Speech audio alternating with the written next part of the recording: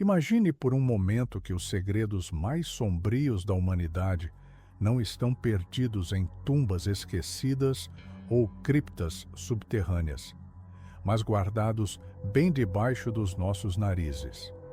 No coração do Vaticano existe uma biblioteca secreta, um labirinto, de corredores e câmaras seladas onde arquivos proibidos repousam há séculos. O público nunca os viu e talvez nunca veja, mas há quem diga que esses documentos não são apenas papéis amarelados cobertos de poeira. São maldições guardadas por uma razão que poucos ousam imaginar.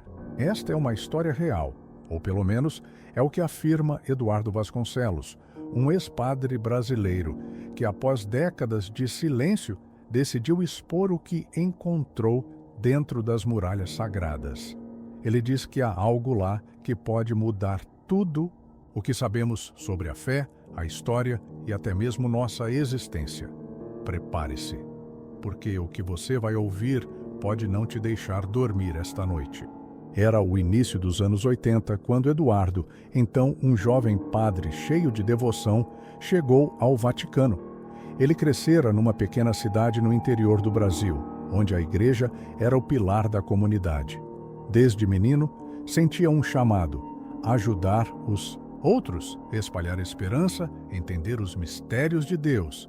E, por um tempo, o Vaticano parecia ser o lugar perfeito para isso.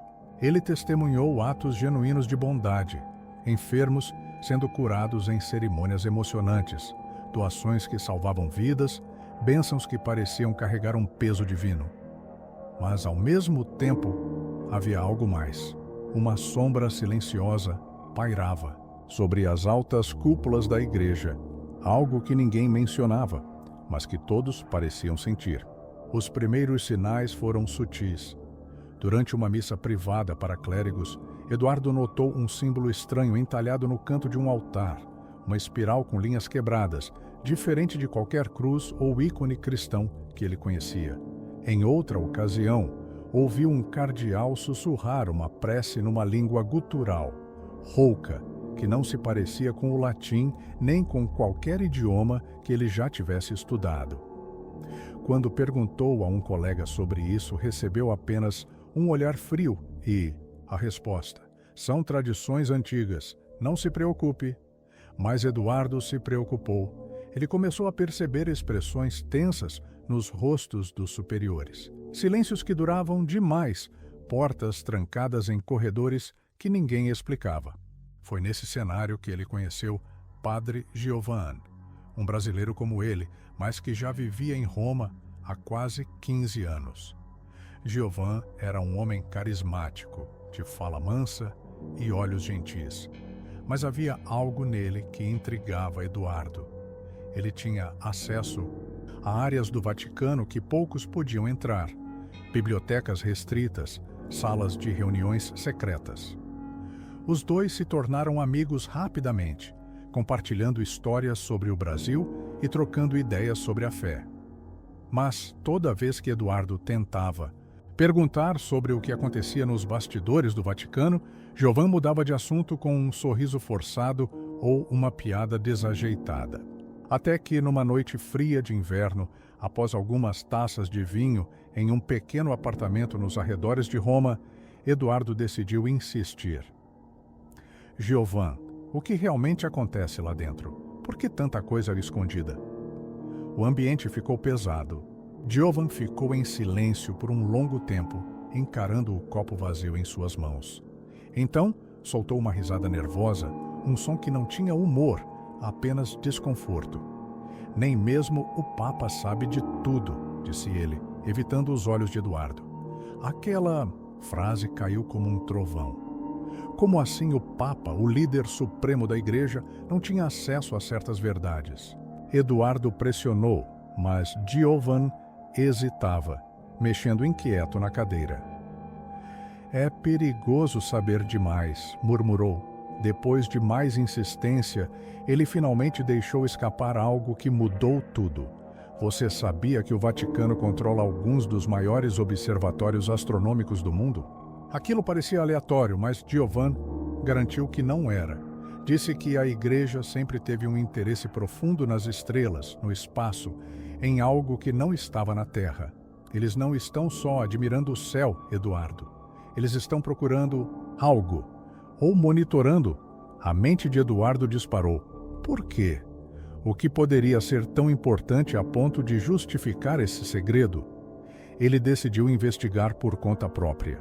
Passou semanas vasculhando arquivos acessíveis da Igreja, lendo registros de astrônomos jesuítas dos séculos passados. Descobriu que muitos deles, como o padre Christoph Clavius, não estudavam os céus apenas por ciência ou devoção. Havia menções vagas a sinais nos céus e presenças que desafiam a criação. Um manuscrito, escrito em tinta desbotada, falava de uma estrela que não se movia como as outras e que aparecia em ciclos estranhos. Quanto mais ele cavava, mais perguntas se surgiam. Eduardo começou a abordar outros padres, mas as reações eram sempre as mesmas. Olhares desconfiados, silêncios desconfortáveis, às vezes até um medo palpável. Um deles, um monsenhor idoso, chamado Lorenzo, o puxou de lado após uma missa. Com a voz trêmula e os olhos fixos no chão, disse: "Se você soubesse o que eu sei, não dormiria nunca mais. Pare enquanto ainda pode." Eduardo sentiu um arrepio, mas o aviso só alimentou sua curiosidade. Então, numa noite úmida de primavera, tudo mudou. Ele caminhava sozinho por um corredor estreito no subsolo do Vaticano, um lugar que poucos frequentavam. As paredes de pedra estavam cobertas de musgo e o ar cheirava a mofo e incenso antigo. Foi aí que ele o viu, um ser. Não era um padre, nem um cardeal, nem qualquer coisa que Eduardo pudesse classificar como humano. Sua pele era branca demais, quase translúcida, como se a luz passasse através dela. O cabelo era claro, quase prateado, caindo em fios retos sobre os ombros. Os olhos eram de um azul sobrenatural, brilhante, como se fossem feitos de vidro líquido. Ele vestia uma túnica longa que variava entre tons de branco e cinza, e no pulso esquerdo usava um bracelete metálico com símbolos que Eduardo não reconheceu. Eduardo congelou, o coração batendo tão forte que ele podia ouvi-lo nos ouvidos. O ser parou a poucos metros dele, imóvel, como uma estátua viva. Então, lentamente, virou o rosto na direção de Eduardo e sorriu. Não era um sorriso comum, era algo frio, quase predatório, como se soubesse de um segredo que Eduardo jamais alcançaria. Antes que ele pudesse dizer qualquer coisa, o ser deu um passo para trás e desapareceu nas sombras do corredor, como se nunca tivesse estado ali. Naquela noite, Eduardo não pregou o olho, sua mente girava sem parar. Quem ou o que era aquilo? Ele começou a conectar os pontos, os observatórios, as preces estranhas, os silêncios. E se o Vaticano estivesse escondendo algo muito maior que dogmas ou escândalos? Ele voltou às Escrituras com um novo olhar. Leu sobre as carruagens de fogo do profeta Elias, os seres brilhantes da visão de Ezequiel, criaturas com olhos como chamas e rodas giratórias que cruzavam o céu. E se essas descrições não fossem metáforas, mas relatos de algo real, algo que a Igreja sabia e guardava em seus arquivos? Os dias seguintes foram um pesadelo. Eduardo passou a perceber que estava sendo observado. Um homem de terno cinza, sempre com o mesmo chapéu, aparecia nos mesmos lugares que ele na praça em frente à basílica, no mercado onde comprava pão. Um cardeal de rosto severo parecia rondar suas conversas, anotando algo em um caderno pequeno. Era paranoia ou realidade? Ele não sabia mais.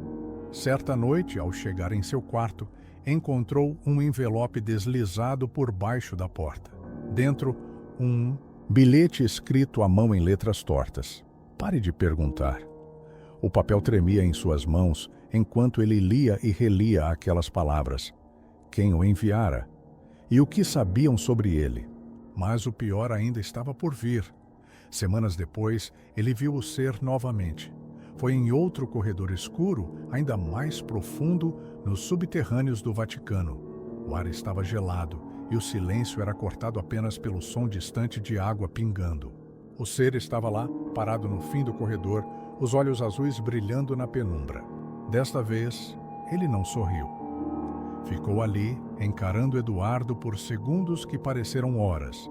Então abriu a boca e sussurrou algo. Uma sequência de sons graves e agudos, uma língua impossível que ecoava como um vento vindo de outro mundo. Eduardo sentiu o corpo inteiro tremer, uma sensação de pavor que não conseguia explicar. Antes que pudesse reagir, o ser ergueu a mão, mostrando o bracelete, que começou a pulsar com uma luz fraca. Em seguida, virou-se e desapareceu, deixando para trás um vazio que parecia sugar a alma de Eduardo. Naquela noite, ele tomou uma decisão. Não podia mais ficar. Abandonou a batina, deixou o Vaticano e voltou ao Brasil, carregando aquele segredo como um peso invisível. Mas ele não ficou em silêncio para sempre. Anos depois, decidiu contar sua história na esperança de que alguém, algum dia, descubra a verdade. Os arquivos proibidos ainda estão lá, trancados em câmaras secretas, guardados por aqueles que sabem mais do que dizem. O que o Vaticano está escondendo? Por quê? Tanto sigilo? E, acima de tudo, quem ou o que era aquele ser que Eduardo viu nos corredores? Se essa história te fez sentir um arrepio na espinha, inscreva-se no canal para mais conteúdos assustadores como esse. Compartilhe este vídeo com quem gosta de mistérios e deixe nos comentários. O que você faria se tivesse acesso a esses arquivos? Será que você abriria as portas do desconhecido? Ou correria para nunca mais olhar para trás?